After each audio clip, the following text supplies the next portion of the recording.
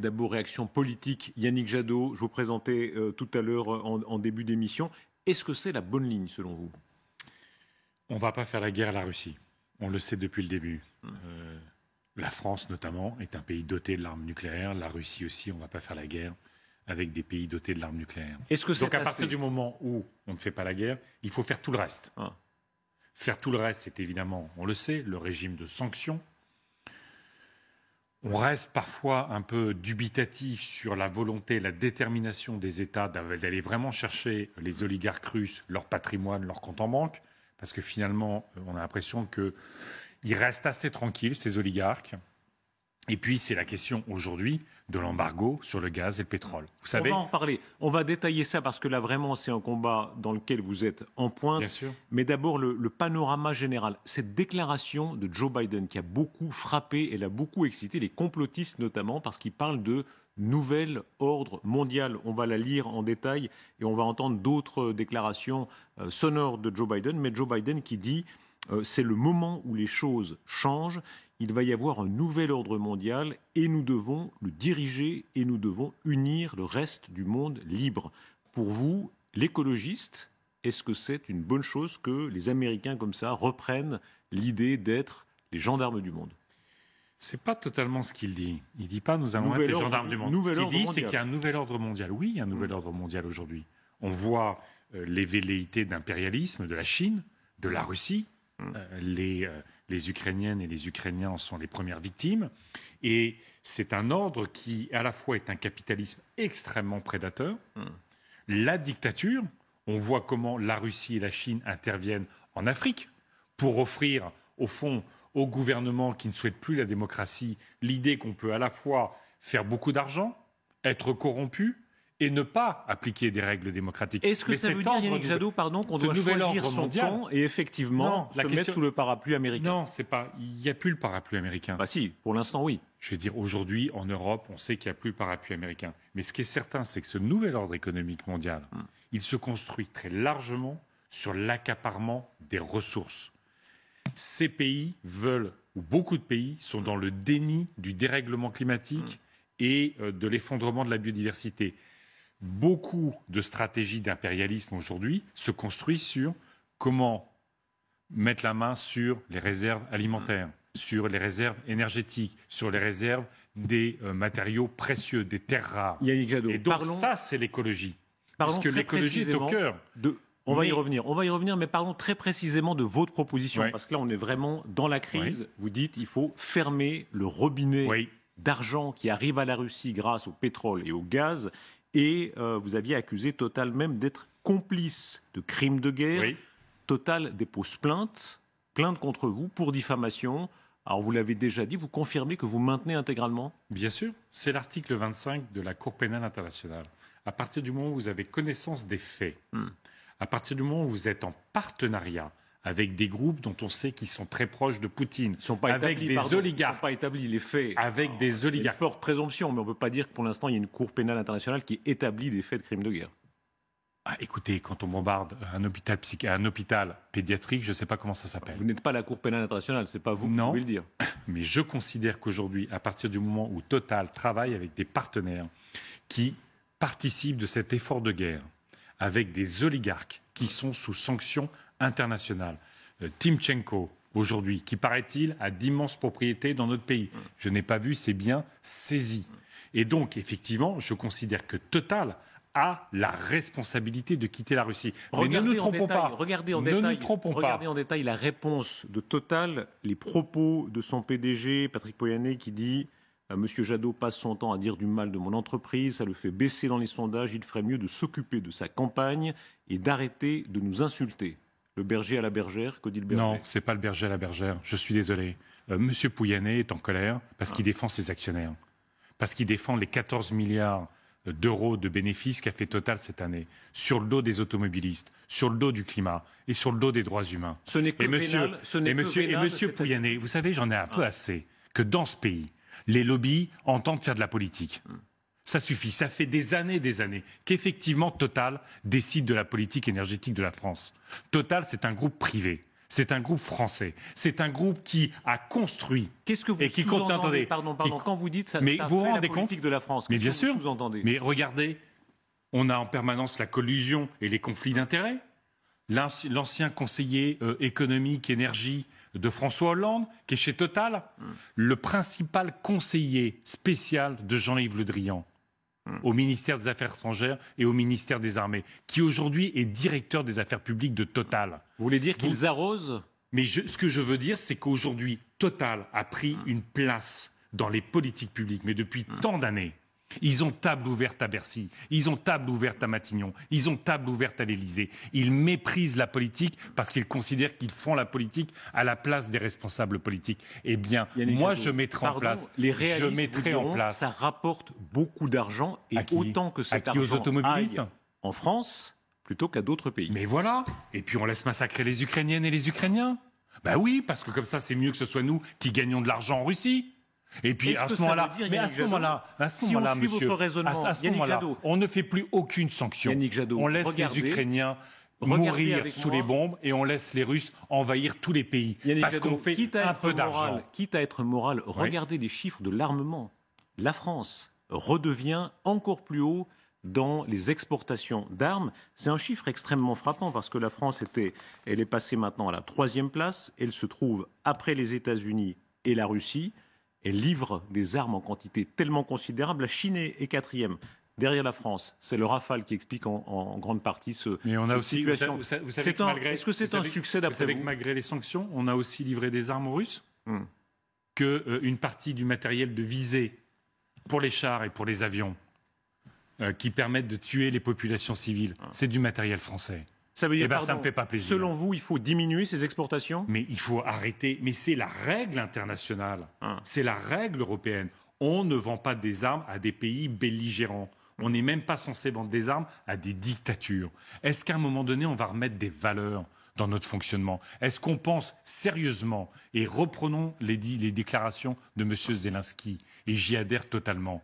Il dit les vies des Ukrainiennes et des Ukrainiens valent un peu plus que les profits. Mais mon sujet, je l'ai dit, la responsabilité totale, mais c'est Emmanuel Macron qui a largement participé au renforcement de la présence de Total en Russie. Et aujourd'hui, il dit, c'est à Total de décider seul. Écoutons-le. C'est à Total de décider seul. Écoutons-le. Et bien ces complaisances-là, avec nous, ça s'arrêtera. Sur les entreprises en général, écoutez-le, vous pourrez réagir.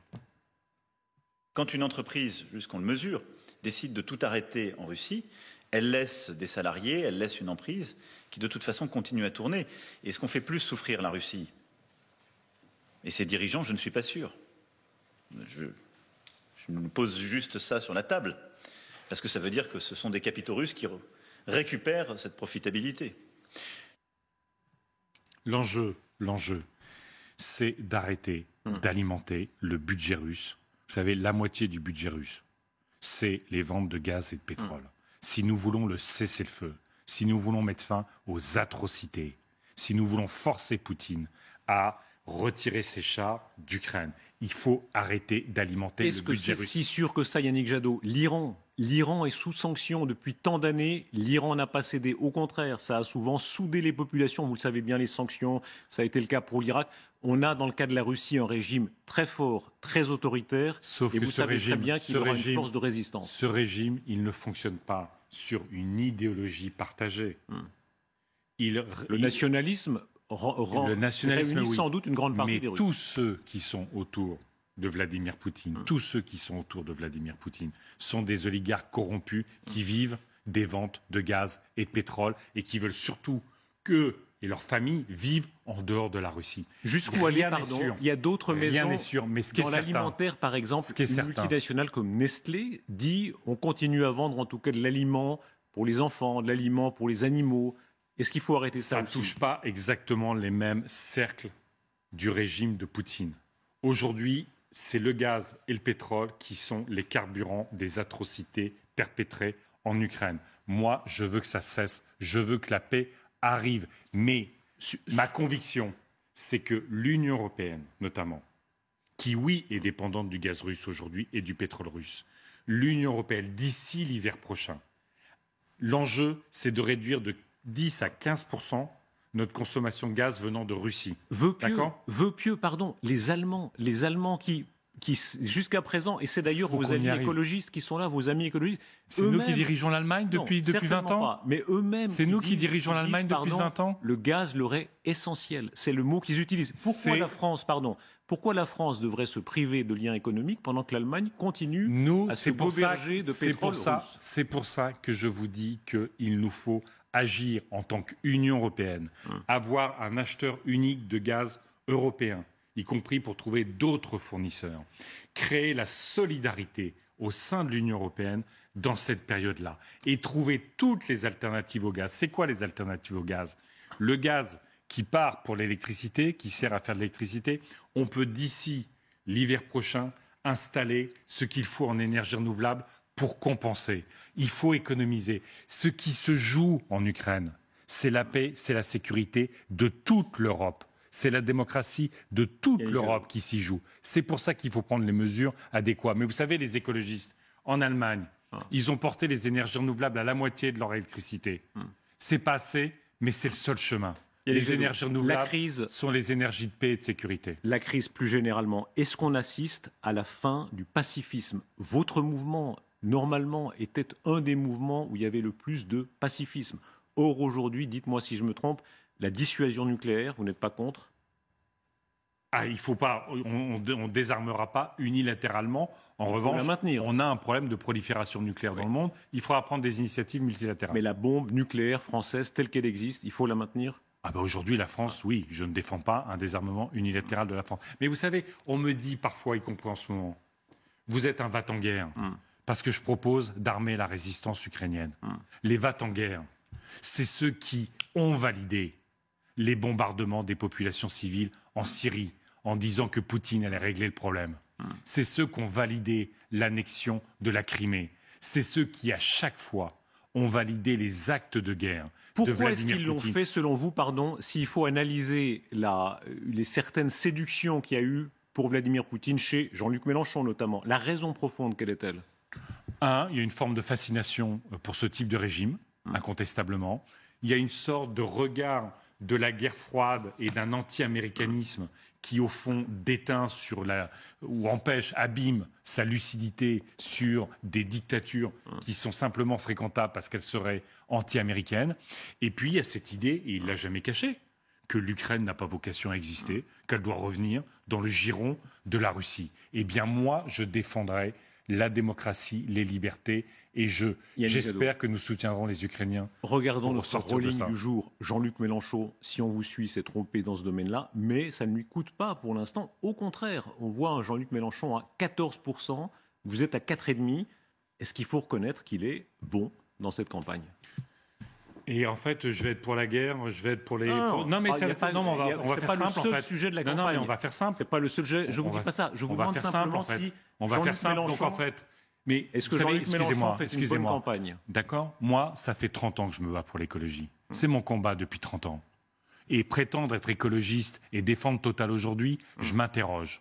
Prétendre être écologiste, prétendre défendre la démocratie, mais ne pas voter la reconnaissance du génocide des Ouïghours, je m'interroge. Prétendre être démocrate, écologiste et humaniste et être contre l'Union européenne, je m'interroge. Alors désolé, je défends mes idées, je défends mes convictions et je pense que c'est ça l'honneur de la politique. C'est de ne pas varier en permanence en fonction des sondages, c'est d'être accroché à ses valeurs et de ne pas en bouger. Ça veut dire que pour vous, ça n'aurait pas de sens particulier que Jean-Luc Mélenchon arrive au second tour?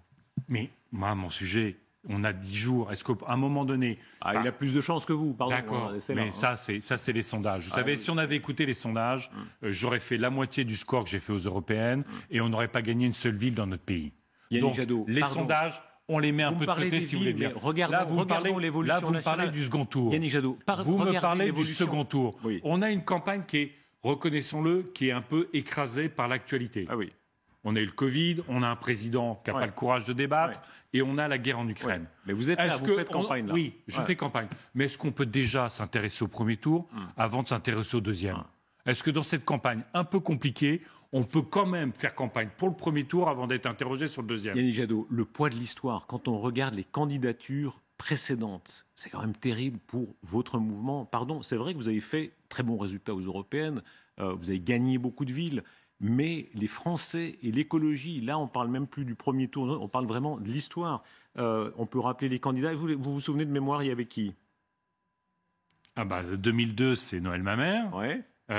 C'est 2007, c'est Dominique Voynet. Ouais. Et 2012, c'est Eva Joly. Ouais. Oui, franchement, c'est dur. Hein. C'est vrai qu'on n'a pas gouverné ce pays. C'est vrai qu'on a une force politique nouvelle. Mais quand on regarde... Nouvelle, non. On peut remonter encore. D'accord. Mais quand on regarde toutes les crises auxquelles nous sommes confrontés, le lien entre la dépendance aux énergies fossiles, le dérèglement climatique et la paix, on voit que la paix et le climat, aujourd'hui, c'est le même combat. On a des Françaises et des Français qui sont percutés par les baisses de pouvoir d'achat. C'est parce qu'on n'a pas isolé leur logement, qu'on n'a pas déployé les énergies renouvelables. C'est ce que nous défendons. On a des agriculteurs qui souffrent parce qu'ils dépendent de l'engrais azoté de Russie ou des tourteaux de soja du Brésil. Yannick Jadot. Nous portons la souveraineté alimentaire. Pardon. Il fut un temps où on disait il y avait un phénomène Jadot après les européennes. Là, on voit que c'est vrai. On me fait le même coup à chaque fois. Mais souvenez-vous, la campagne des européennes jusqu'au jour du scrutin. On m'a expliqué, mais comment ça se fait? Les Françaises et les Français sont préoccupés par l'environnement. Vous n'arrivez pas à être leur débouché politique. Est-ce que ça n'est pas un peu plus dur, une campagne est dure? Quand on voit Valérie Pécresse aujourd'hui qui perd un peu sa voix, on a le Covid, ça c'est le hasard. Il y a un moment où vous avez senti cette dureté de la campagne? Ce qui est dur dans cette campagne, c'est d'arriver à trouver l'espace pour dire à quel point, pour partager avec les Françaises et les Français le diagnostic. Vous savez, c'est un peu comme quand on est parfois sur la plage, il y a une mer qui est un peu agitée, et on va s'amuser dans les vagues, et puis on prend la première vague, bing, et puis les vagues arrivent et on n'arrive plus à respirer. Les Françaises et les Français, ils subissent des crises de plus en plus violentes. Et moi, ce que je veux dans cette campagne, c'est montrer à quel point les racines de ces crises sont profondément liées à l'accaparement des ressources, au dérèglement climatique, aux injustices sociales. Et je veux apporter des solutions qui sont des solutions sérieuses. C'est vrai que c'est plus facile de dire dehors les Arabes. C'est plus facile de dire dehors les Arabes. Mais moi, ça ne sera jamais ma réponse. Je ne cherche pas des boucs émissaires, je cherche des solutions concrètes aux difficultés du quotidien et je cherche à ce qu'avec les Françaises et les Français, on écrive une belle histoire. Le regard de sur notre l'histoire. pays. Tout à l'heure, hors micro, je vous parlais des orateurs en politique et vous partagiez avec moi le fait que Mitterrand, 95, il a le cancer, il est au bout du bout, il est fatigué, il est épuisé, mais... orateur extraordinaire, c'est le fameux discours, le nationalisme, c'est la guerre. Et quand regardez dans vos sondages. Vous êtes là, derrière vous, il y a les images de l'Ukraine. L'Ukraine a tout envahi. Le nationalisme est là, il revient de tous les côtés. Je suis d'accord, mais regardez les sondages. Combien de candidats nationalistes? Combien de candidats qui remettent en cause même la participation à l'Union européenne? Est-ce qu'ils n'ont pas, eux, l'histoire pour eux, quand on voit en Chine, le nationalisme, en Russie, le nationalisme, dans une grande partie de l'Europe, le nationalisme. Mais c'est ça le monde qu'on veut? Non, moi je veux pas d'un monde nationaliste. Pas, mais peut-être le monde qui vient davantage que le vôtre. Écoutez, ce serait terrible. Et je ne cesserai jamais mon combat. Je suis un internationaliste. Je pense que la démocratie, elle est bonne partout. Je ne pense pas que la démocratie, elle est bonne pour moi. Et elle serait, au fond, un luxe pour les Ouïghours, pour les Ukrainiens, pour les Russes. Et donc, c'est mes convictions depuis 30 ans. J'en bougerai pas. Je ne pense pas qu'il y ait de solution au problème du monde. Ces simulations, ces derniers jours, ça circule beaucoup sur Internet, où on voit l'Occident qui se rapetisse, et puis ces énormes tâches. Vous savez, ces nationalistes, ils sont climato-sceptiques. Ils sont homophobes. Ils détestent les femmes. Eh bien, ce n'est pas le monde dans lequel je veux vivre. Moi, je veux vivre dans un monde où chacune et chacun a sa dignité, est respecté, peut choisir sa vie, peut parler librement. Et je ne veux pas vivre dans un monde du chaos climatique et de l'effondrement de la biodiversité. Je laisse ça aux nationalistes, je laisse ça à tous les autres. Yannick Jadot, merci beaucoup d'avoir été notre invité.